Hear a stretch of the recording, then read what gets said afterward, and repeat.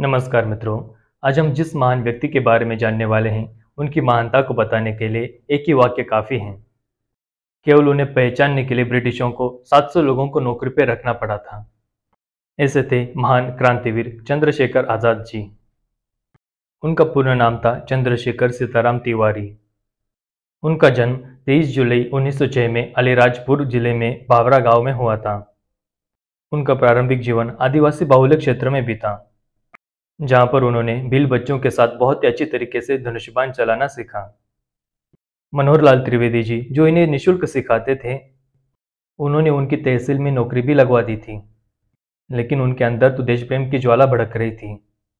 फिर उचित अवसर देखकर वो घर से एक दिन भाग ही गए। जब चंद्रशेखर आज़ाद जी 15 साल के थे, ब्रिटिशों का विरोध करने के कारण उन्हें पकड़ लिया गया था। दिसंबर का महीना था, इसलिए पुलिस वालों को लगा अगर रात भर इसे बिना कपड़े कंबल के रखें तो रात भर ठंड में ठिठुरकर इसका दिमाग ठिकाने पर आ जाएगा। इसलिए उन्होंने चंद्रशेखर जी को बिना कपड़े और कंबल के रात भर जेल में ही रखा। आधी रात को जब पुलिस फिर से पहरा देने आए तो उनके आश्चर्य का ठिकाना न रहा।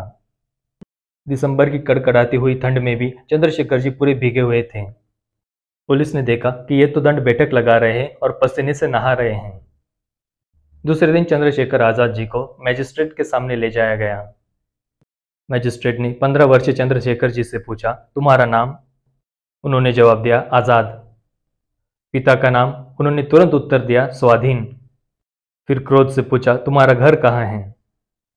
चंद्रशेखर आज़ाद जी ने भी सर उठाकर कहा, जेल की कोठरी।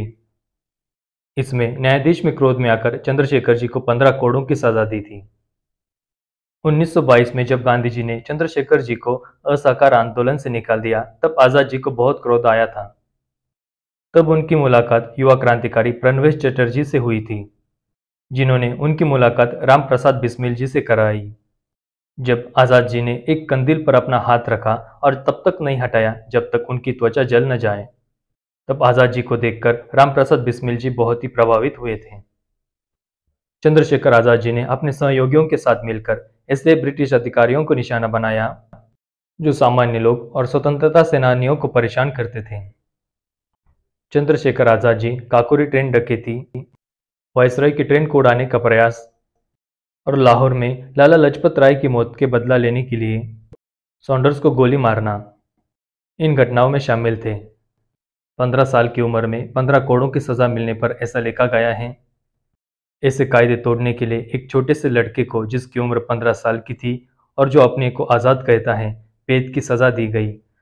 उसे नंगा किया गया और बेत की टिकटी से बांध दिया गया। जैसे जैसे बेत उस पर पड़ते थे, उसकी चमड़ी उधेड़ डालते थे। फिर भी वो भारत माता की जय चिल्लाता था। हर बेत के साथ, हर कोड़े के साथ वह लड़का यही नारा लगाता था, जब तक कि वो बेहोश न हो गया। चंद्रशेखर आज़ाद जी ने एक निर्धारित समय के लिए झांसी को अपना गढ़ बना लिया था। झांसी से 15 किलोमीटर दूर ओरछा के जंगलों में उन्होंने अपने साथियों के साथ निशानेबाजी की प्रैक्टिस किया करते थे। अचूक निशानेबाज होने के कारण चंद्रशेखर आज़ाद दूसरे क्रांतिकारियों को प्रशिक्षण देते थे।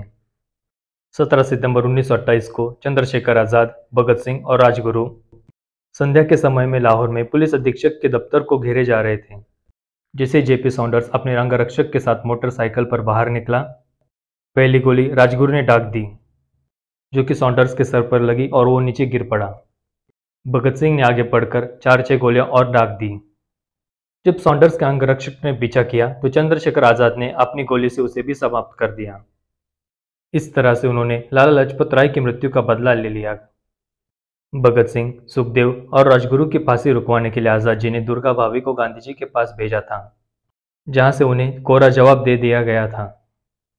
27 फरवरी 1931 को चंद्रशेखर आज़ाद जी अपने मित्र सुखदेव राज से मंत्रणा कर रहे थे, तभी पुलिस ने आकर अल्फ्रेड पार्क को घेर लिया।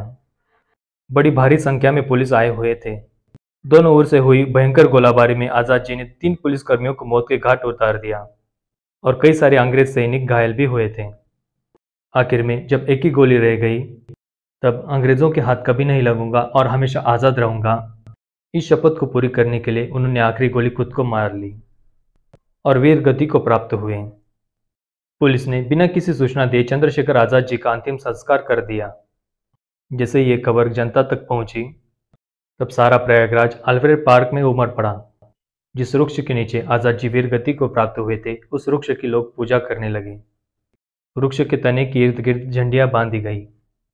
उस स्थान की मिट्टी लोग शिशियों में भरकर ले जाने लगे। शाम होते होते सरकारी प्रतिष्ठानों पर हमले होने लगे। लोग सड़कों पर आ गए।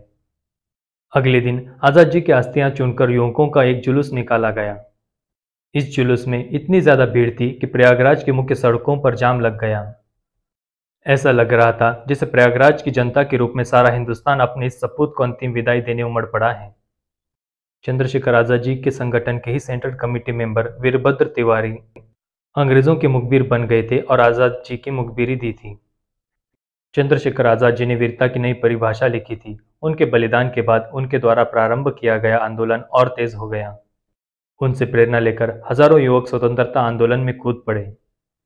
आजाद जी की वीर गति के 16 वर्षों बाद 15 अगस्त 1947 को हिंदुस्तान की आज़ादी हुई। ऐसे थे महान चंद्रशेखर आजाद जी।